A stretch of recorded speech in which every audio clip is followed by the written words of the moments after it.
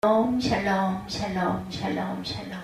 하나님 사랑합니다. 여러분 주 안에서 사랑합니다. 이사야 34장 말씀이죠. 함께 은혜를 나눕니다. 내 시대에 평안함 있으며 야훼를 경외함이 내 보배다. 6절에 보니까 이렇게 말씀하고 있습니다. 맞습니다. 야훼를 경외함이 우리의 보배인 줄로 믿습니다. 주어지는 복들을 말하죠. 야훼를 경외하는 것, 어떻게 해요? 두렵고 떨림으로 하나님을 섬기는 것, 하나님의 말씀을 지키는 것, 평안과 구원과 지혜와 지식이 풍성해지는 것을 말합니다. 시편 112편 1절에서 3절. 할렐루야. 야훼를 경외하며 그의 계명을 크게 즐거워하는 자는 복이 있도다. 그의 후손이 땅에서 강성하며 정직한 자들의 후손에게 복이 있으리로다.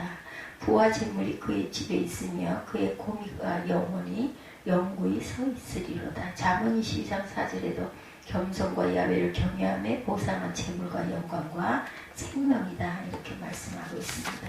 재물과 영광과 생명이라고 말씀하죠. 재판장이신 왕이신 하나님이십니다.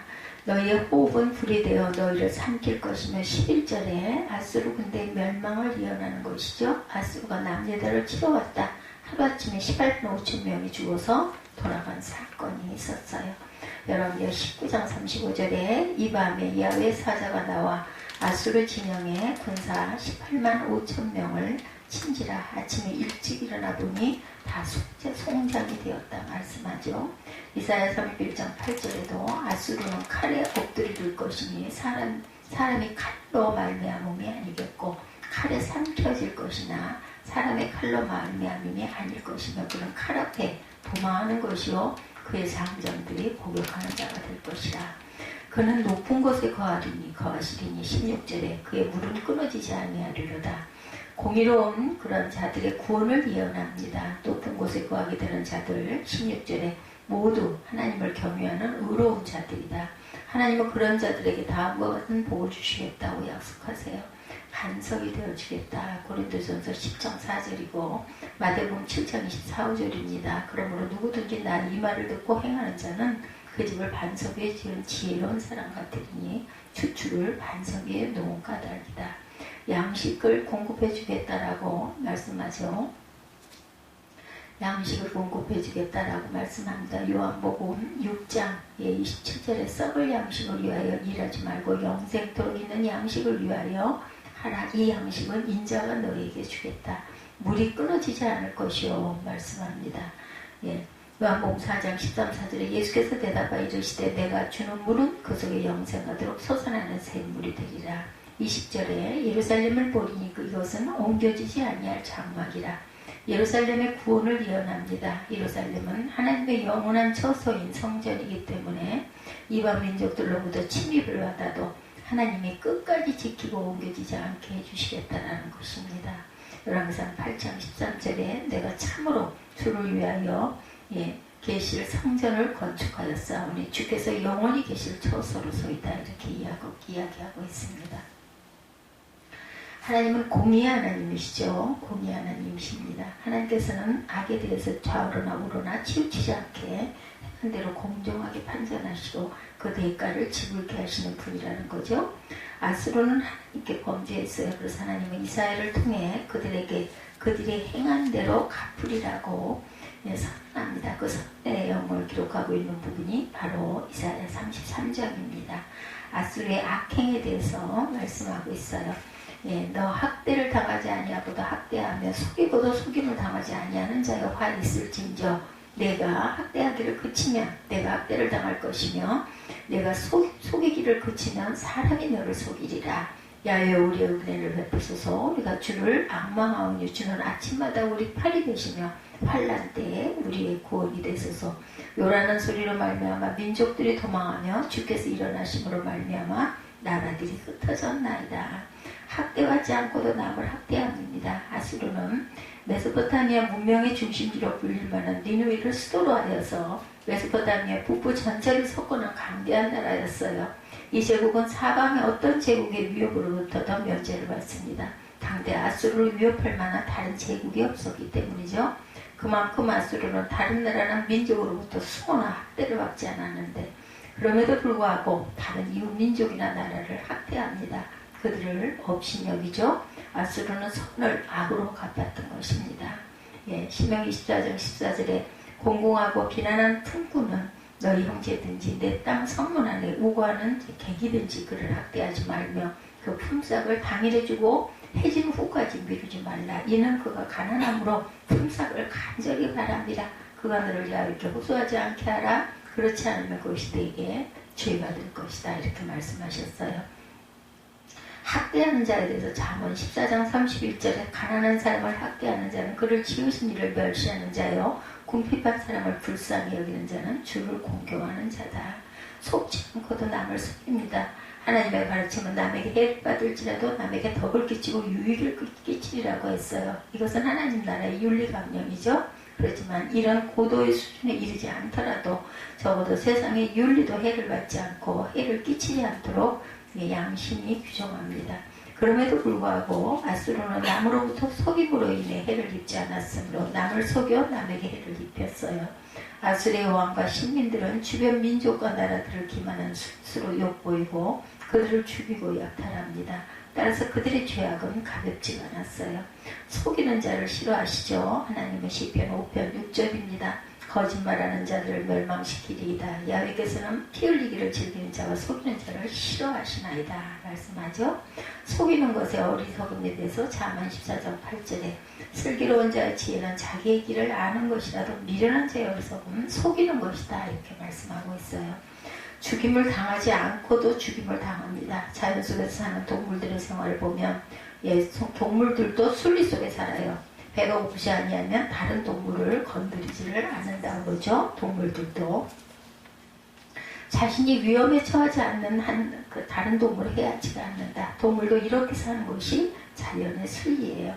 하물며 인간일진데 자신이 위협하지 않으면 남을 해하지 말아야 할 것이고 자신에게 절실하지 않으면 타인의 생명을 해하지 말아야 된다. 그런데 아수르는 그렇지 않았다는 거죠. 그들은 그들의 작은 이익과 야욕을 채우기 위해서 타인의 생명을 무참히 빼앗습니다. 네, 살인하지 말라고 출애굽기 10장 13절에 말씀하셨어요. 그리고 에스겔 7장 23절에 피에는 피로 갚겠다고 말하죠. 너는 쇠사슬을 만들라. 이는 피 흘리는 죄가 그 땅에 가득하고 죄악이 그 성에 찼습니다. 악행의 대가에 대해서 말하자 학대를 받는 하나님께서는 공의 하나님이시기 때문에 공정하게 이 세상의 피조물들을 다스리고 심판하십니다. 아수르는 그들이 학대받지도 않는 다른 민족과 나라를 학대하는 죄를 범했어요. 이 하나님께서는 공의의 칼을 드셨고 아수르를 그대로 두지 아니하시고 그들이 남의 학대한 만큼 그들도 남들로부터 학대받도록 만드셨어요. 이 말씀대로 하나님께서는 아수르를 바벨론의 칼날에 두시고 그들이 바벨론으로부터 학대받도록 하셨어요. 이에는 2절에 레위기 14장 20절에 상처에는 상처로 눈에는 눈으로 이에는 이로 갚을지라. 남에게 상해를 입힌 그대로 그들에게 그렇게 할 것이며 짐승을 죽인 자는 그것을 물어줄 것이요 사람을 죽인 자는 죽일지. 이렇게 말씀하고 있습니다. 이사야 33장 1절 본문이죠. 너 학대를 당하지 아니하고도 학대하며 속이고도 속임을 당하지 아니하는 자여 화 있을진저. 내가 학대하기를 그치면 내가 학대를 당할 것이며 내가 속이기를 그치면 사람이 너를 속이리라. 속임을 당하는 것에 대해서 하나님께서는 이에는 이로 눈에는 눈으로 대응하신다고 그러죠. 물론 자신의 뜻을 정하시고 은혜와 긍휼을 베푸시고 자녀로 삼으신 자들에 대해서는 그와 같은 방법이 아닌 은혜의 방법을 대체하시지만 그렇지 않은 세상에 대해서는 행위대로 대응하신다. 아수르의 왕과 신민들은 앞에서 살펴본 바대로 남을 속였어요. 그것도 자신을 속인 바 없는 상황에서 하나님의 백성을 속였습니다. 그렇기 때문에 하나님께서는 그들에게 같은 방법으로 대응하셨다. 그들이 다른 민족과 나라에게 속게 만들므로써 멸망에 이르도록 하죠. 속임으로 멸망을 당합니다. 데살로니가 후서 2장 10절에 오직 선행으로 하기를 원하노라. 이것이 하나님을 경외한다는 자들에게 마땅한 것이다. 죽임을 당하죠. 생명은 하나님의 창조 가운데 가장 탁월한 작품입니다. 살아있다는 것은 이 우주의 신비인 동시에 하나님의 형상의 일부분이기도 하죠. 모든 생명 가운데 인간의 생명은 탁월한 중에도 탁월하다. 인간의 생명은 하나님의 직접적인 창조의 결과이고 하나님의 직접적인 형상이기 때문입니다. 그래서 하나님은 그 생명을 벌하는 것을 죄라고 말씀하시고 살인을 금하셨어요. 하물며 인간의 생명을 이유 없이 죽이는 것은 아주 큰 죄악이죠. 아수르는 이유 없이 생명을 해쳤습니다. 따라서 그들은 같은 대가로 죽임을 당하도록 벌을 받죠. 죄악 중에 죽는 악인 에스겔 3장 18절입니다. 가령 내가 악인에게 말하기를 너는 꼭 죽으리라 할 때에 내가 깨우치지 아니하거나 말로 악인에게 일러서 그의 악한 길을 떠나 생명을 구원하게 하지 아니하면 그 악인은 그의 죄악 중에서 죽으려니와 내가 그의 핏값을 내 손에서 찾을 것이다. 모든 죄인은 죽음을 당한다고 아모스 9장 10절에 내 백성 중에서 말하기를 화가 우리에게 미치지 아니하며 이르지 아니하리라 하는 모든 죄인은 칼에 죽으리라. 공의 하나님에 대해서 말하죠. 2절부터 야외 우리에게 은혜를 베푸소서 우리가 주를 앙망하오니 주는 아침마다 우리의 팔이 되시며 환난 때 우리의 구원이 되소서. 요란한 소리로 말미암아 민족들이 동항하며 주께서 일어나심으로 말미암아 나라들이 흩어졌나이다. 황충의 때같이 사람이 너의 노약물을 모을 것이며 메뚜기가 뛰어오른 같이 그들이 그 위에 뛰어오르리라. 야훼께서는 지극히 존귀하시니 그는 높은 곳에 거하시며 정의와 공의를 시온에 충만하게 하시니라. 내 시대에 평안함이 있으며 구원자의 지혜와 지식이 풍성할 것이니 야훼를 경외함이 내 보배니라. 보라 그들의 용사가 밖에서 부르짖으며 평화에 사신들이 슬피 곡하며 배로가 황폐하여 행인이 끊어지며 대적이 조약을 피하고 성읍들을 멸시하며 사람을 생각하지 아니하며 땅이 슬퍼하고 쇠잔하며 레바논은 부끄러워하고 마르며 시로는 사막과 같고 바산과 갈멜은 나뭇잎을 떨어뜨리는도다. 야훼께서 이르시되 내가 이제 일어나면 내가 이제 나를 높이며 내가 이제 지극히 높아지리니 너희가 결을 잉태하고 짚을 해산할 것이며 너희의 호흡은 불이 되어 너희를 삼킬 것이며 민족들은 불에 굽는 횃돌 같겠고 잘라서 불에 사르는 가시나무 같으리로다. 너희 먼데 있는 자들아 내가 행한 것들을 들으라. 너희 가까이 있는 자들아 나의 권능을 알라. 시온의 죄인들이 두려워하며 경건하지 아니한 데들이 떨며 이르기를 우리 중에 누가 삼키는 불과 함께 거하겠으며 우리 중에 누가 영영이 타는 것과 함께 거하려 하도다. 오직 공의롭게 행하는 자, 정직히 말하는 자, 토색한 재물을 가증히 여기는 자, 손을 흔들어 뇌물을 받지 아니하는 자, 귀를 막아 피 흘리려는 꾀를 듣지 아니하는 자, 눈을 감아 악을 보지 아니하는 자, 그런 높은 곳에 거하리니 견고한 바위가 그의 요새가 되며 그의 양식은 공급되고 그의 물은 끊어지지 아니하리라. 내 눈은 왕을 그의 아름다운 가운데서 보며 광활한 땅에 눈을 보겠고 말씀하고 있어요. 예, 공의 하나님이시라고 말씀하죠. 예, 갚으시는 그런 근거입니다. 공이라는 것은 있는 그대로 진실되게 판단하여 어그러짐이 없이 대응하는 하나님의 속성입니다. 그것은 존재와 사유의 절대적 법칙에 근거하여 진리에서 시행되는 거룩한 재판이며 심판의 재판이다. 그것은 어느 누구도 감히 그릇되다고 한가할 수 없는 참 그 자체입니다. 아수르는 그릇된 행동을 했어요. 그 그릇됨에 대해서 하나님의 올바름의 진노로 대항하는 것을 따라서 정당한 근거 위에 행해지는 공의로운 행동이다. 전능자의 공의에 대해서 욥기 34장 12절입니다. 진실로 하나님은 악을 행하지 아니하시며 전능자는 공의를 굽히지 아니하시느니라.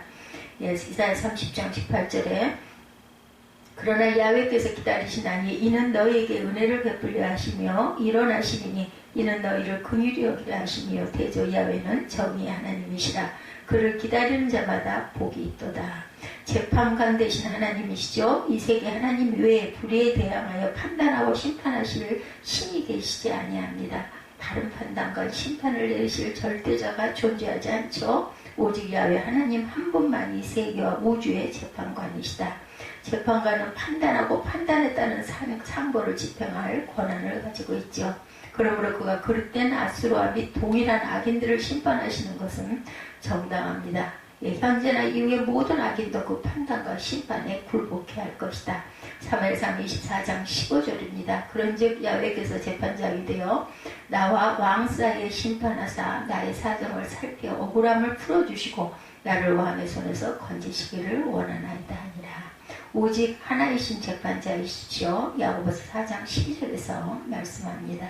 능력을 가지신 만군의 하나님, 하나님은 만유의 창조주이시고 주권자이시죠. 이 말은 하나님의 만유의 주인 되신다라는 의미입니다.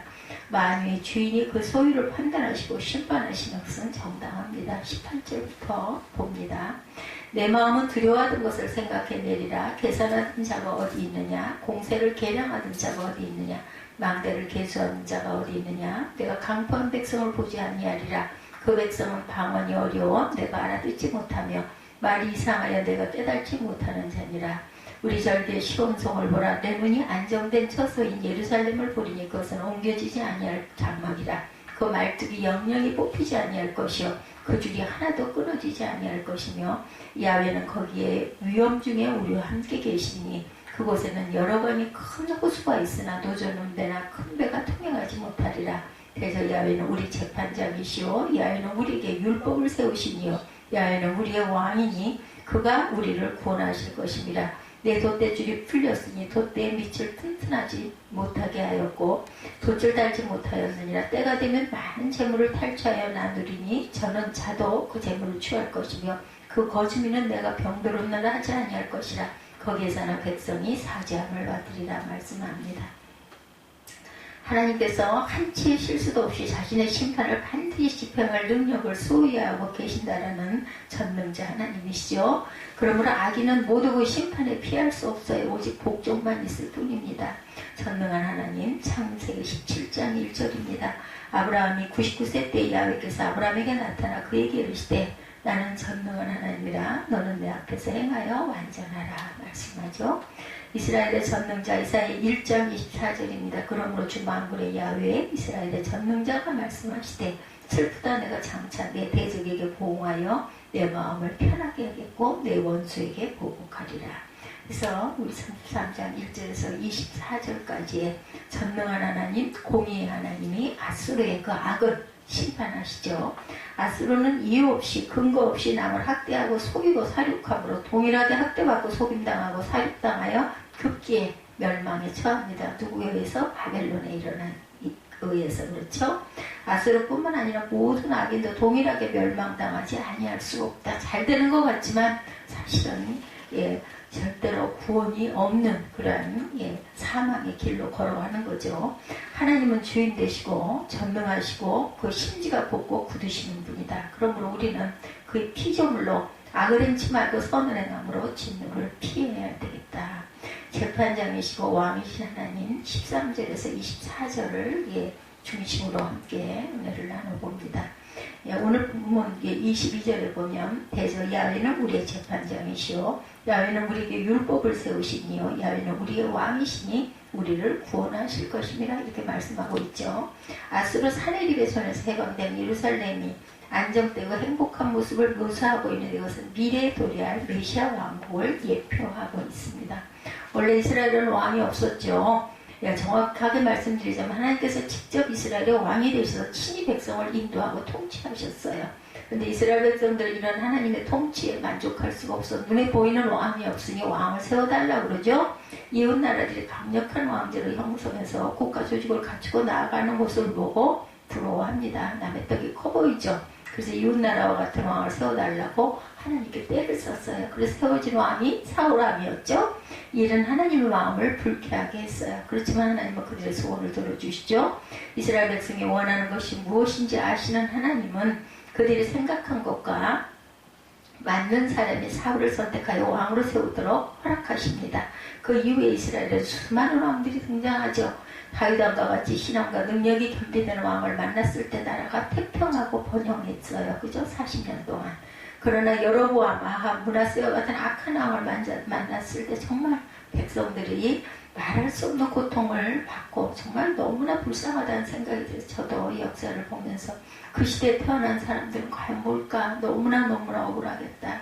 좀 좋은 40년 그 다윗왕 시대 같은데 이럴 때 태어나서 산 사람들은 정말 복된 삶을 살았겠구나. 우리도 마찬가지입니다. 그렇죠? 지금 이 시대에 태어났기 때문에 이렇게 많은 선조들이 형성해 놓은 그런 그 기반에서 많은 것들을 누리고 살아갑니다. 그래서 정말 그것을 희생되는 세대가 있는가 하면 그것을 그 복을 누리는 세대도 있죠.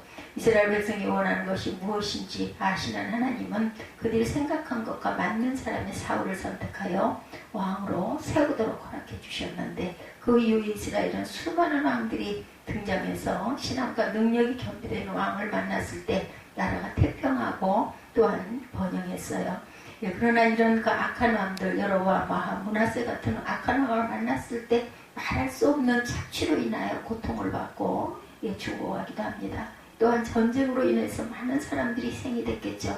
일어나 여러 차례 쿠데타가 일어나 정권이 교체되어야 했고 이방 왕국들의 끊임없는 침공을 받아왔어요. 역사를 보면 우리나라와 정말 많이 닮았어요. 이스라엘이. 특히 이사야 선지자가 활동하던 시대에 신접한 아수르가 득세해서 사니립 왕의 세력을 떨치던 시대, 아수르 왕 사니립은 북왕국 이스라엘을 침략하여서 정복하고 그 여세를 몰아 남왕국 유다에게까지 침략하여 예루살렘을 포위하고 히스기야 왕과 방백들과 백성들을 괴롭혔어요. 그러나 히스기야 왕은 하나님 보시기에 훌륭한 그러한 왕이었죠. 그는 아수르 왕보다 여호와 하나님을 두려워합니다. 그리고 이사야 선지자의 말에 귀를 기울이고 하나님의 지시하심을 받아서 아수르의 위협을 대처했어요. 32장 1절에 보면 보라, 장차 한 왕이 의로 통치할 것이요 방백들이 공평으로 정사할 것이라 했는데, 여기서 말하는 왕은 1차적으로 히스기야 왕을 가리키죠. 그리고 또한 깊은 예수 그리스도를 의미하기도 합니다. 근데 이 왕은 오늘 봉독해드린 말씀에는 장차 오실 메시아를 의미하는 것으로 해석을 하고 있어요.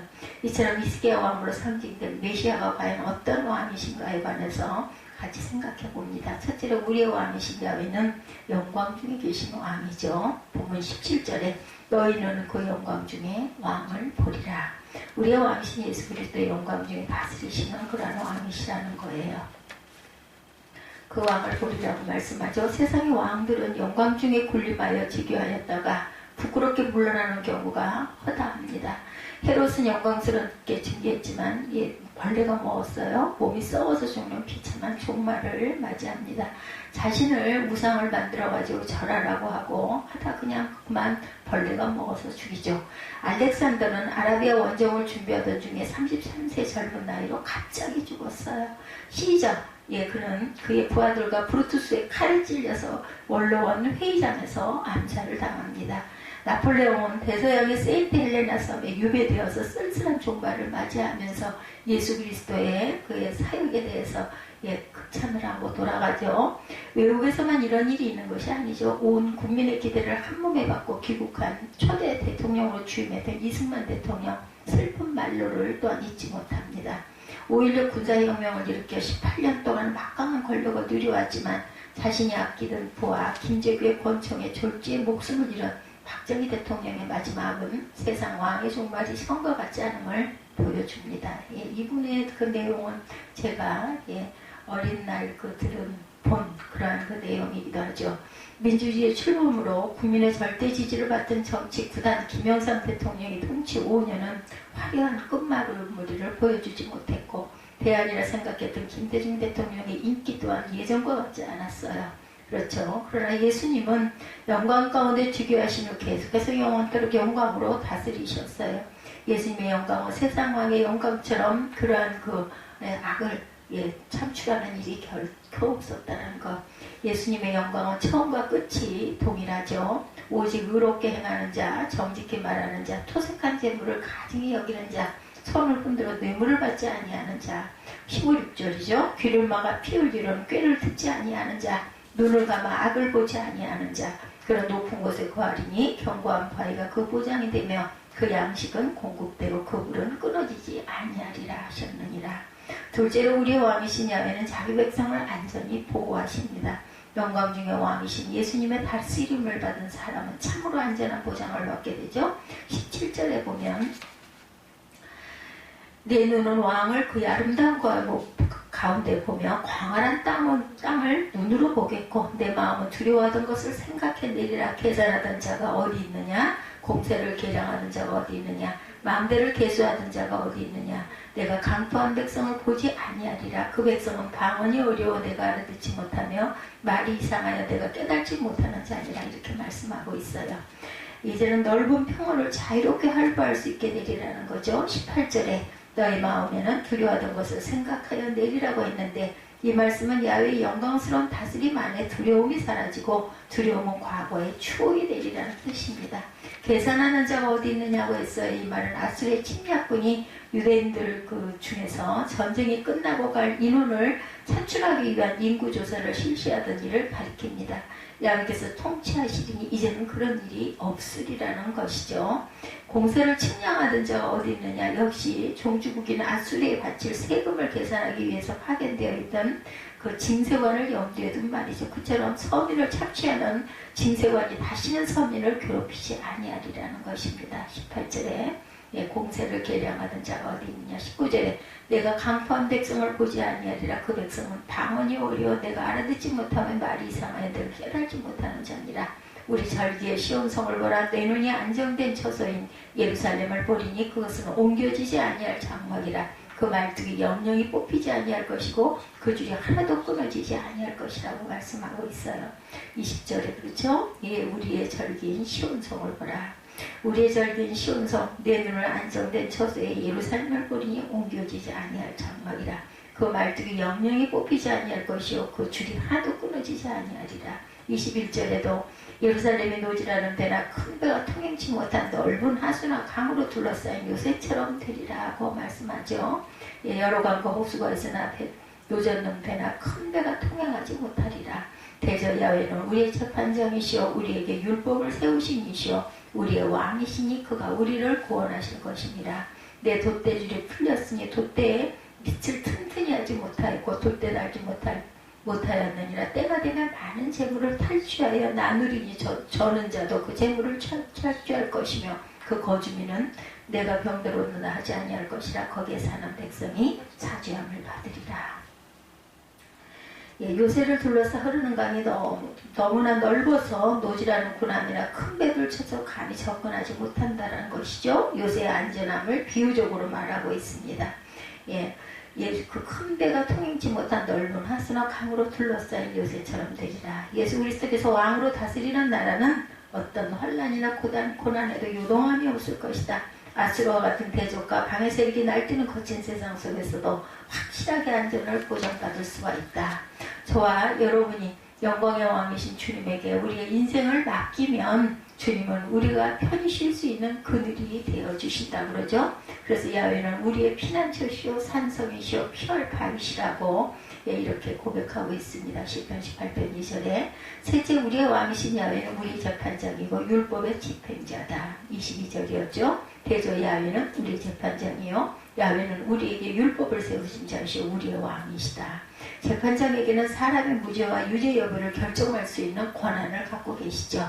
때로는 사람의 생사에 관한 결정까지도 하십니다. 그런데 야훼께서는 그와 같은 재판장이시다.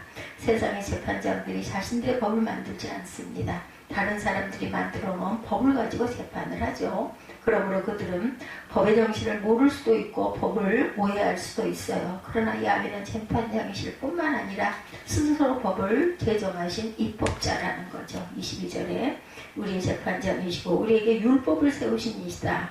야훼는 우리의 왕이시니 그가 우리를 구원할 것이라고 율법을 만드시기도 했어요. 세우시기도 했어요. 그렇죠?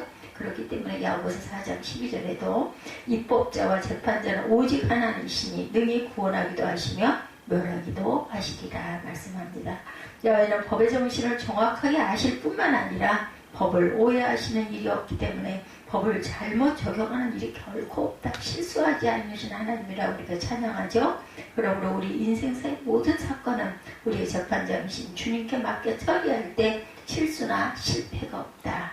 계속해서 야훼께서는 우리의 재판장이시오 우리에게 율법을 세우신 자라고 말하죠. 야훼는 우리의 왕이시니 우리를 구원하실 것임이라고 고백합니다. 이런 야훼가 입법자이신 동시에 왕으로서의 율법을 친히 집행하시는 분이심을 의미합니다. 왕은 지금의 대통령과는 달랐어요. 그죠? 법을 세우기도 하고 법을 집행하기도 합니다. 그러므로 야훼가 왕이라는 말은 야훼가 법을 집행하시는 최고 책임자라는 뜻이죠. 야훼께서 친히 법을 집행하신 사례를 우리는 얼마든지 찾을 수가 있습니다. 애굽왕 바로가 하나님의 백성을 괴롭히는 일을 중단하지 않자 하나님이 친히 애굽 땅에 열정을 내리시고 애굽의 장자를 친 벌을 집행하셨어요. 아간이 탐욕에 눈이 오도 재물을 감추었을 때 벌을 내립니다. 고라 자손이 하나님을 반역하자 땅이 갈라지게 함으로 땅 안에 전부 다 땅에 매몰시켜버리는 그런 사건이 일어나죠. 요나가 하나님의 명령을 어기고 다시스로 가는 배를 타자 폭풍을 일으켜서 고래 뱃속에 거하게 하죠. 우사가 하나님의 법규를 어기고 법규에 손을 내자 하나님은 그 자리에서 가차없는 벌을 내려서 죽이십니다. 신약시대에도 아나니아와 삽비라가 베드로를 속였을 때 하나님은 그 즉시 처결하시죠. 그래서 성령 모독죄는 무거운 죄고 무서운 죄입니다. 이 모든 사건들이 하나님이 직접 법을 집행하셨음을 보여주는 사건들이죠. 오늘날도 마찬가지입니다. 하나님은 필요에 따라 직접 당신의 왕권을 행사하시죠. 이 엄연한 사실을 잊고 살 때 인생의 비극이 시작된다는 것. 이처럼 야훼께서 왕이 되신 목적, 그것은 우리를 구원하시고자 함입니다. 그래서 야훼는 우리의 왕이시니 우리를 구원하실 것입니다. 이렇게 말씀하십니다. 야훼께서 우리의 왕이시기 때문에 우리를 구원하신다. 여호와께서 우리 왕이 되신 궁극적인 목적은 우리를 구원하기 위함이라는 것. 세상의 왕은 아무리 위풍당당한 권세를 가지고 있다가도 어느새 퇴석해버리고 맙니다. 그러므로 세상 왕이 도와주리라는 약속을 믿을 수가 없어요. 그러나 우리의 왕 야훼는 처음부터 끝까지 영광과 권능이 동일하십니다. 그러므로 처음에 하신 구원의 약속이 마지막까지 변함이 없다라는 것. 그 약속은 믿을 수가 있죠. 그렇기 때문에 우리는 오직 하나님만 믿고 의지해야 되죠. 사람은 믿을 것이 못 된다고 합니다. 또한 야훼 하나님은 우리를 안전하게 구하실 수 있는 능력이 있으시므로 야훼의 구원을 우리가 믿을 수가 있다. 이처럼 영광 중에 계신 영광의 왕 여호와가 우리의 왕이시다. 직접 법을 세우시고 재판하시고 그 법을 몸소 집행하시는 입법자이시고 재판장이시며 집행자이신 야훼 하나님이 나와 여러분 우리 모두의 왕이시라는 것. 든든한 일입니다. 영광의 왕, 만왕의 왕, 우리의 왕 되신 야훼 하나님을 찬양하는 저와 여러분이 되시기를 이사야 33장을 통해서 다시 한번 깨달아 알고 오늘도 힘차게 하루를 승리하시기 바랍니다.